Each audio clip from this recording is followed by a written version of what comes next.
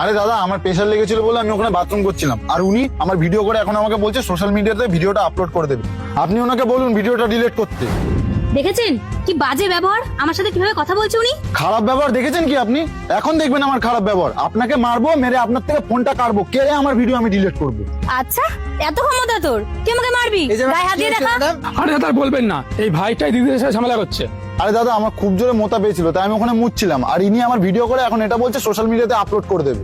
আপনার জোরে পেয়েছো তো নাই, ঠিক আছে, ওখানে তো দেয়ালে সাপ সাপ লেখাই আছে ওখানে বাথরুম করা বারণ। তাহলে আপনি করলেন কেন? এখানে তো সবাই আসে চা খেতে, আপনি জেনে বুঝে কেন করছেন কাজটা? দেখতেও তো বাজে লাগে। আরে বাহ, আমি তো ভাবলাম তোমরা আমায় সাপোর্ট করবে, এখানে তো উল্টো হচ্ছে, তোমরা তো দেখছি ওকে সাপোর্ট করছো। বা ভাই তোর তো বিশাল সাপোর্ট, ওর এখনো শিক্ষা হয়নি। দাঁড়া পুলিশে এখন ফোন করছি।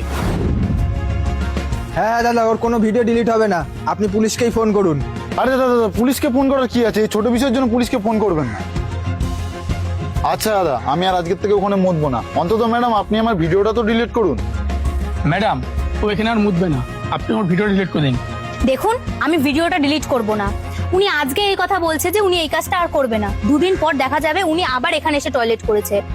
আমি প্রমিস করছি ভিডিওটা আমি কোথাও আপলোড করব না, কিন্তু আমি ভিডিওটা ডিলিটও করব না। আর দিদি তুমি এই ছেলেটা যদি আবার এখানে টয়লেট করো তুমি আমাকে বলবে, তখন আমি আপলোড করে দেবো সোশ্যাল মিডিয়াতে এই ভিডিওটা। আচ্ছা আমি বললাম তো, আমি আর এই ভুলটা দ্বিতীয়বার করব না। এই শোন, বাড়িতে গিয়ে হাতটা ধুয়ে নিস।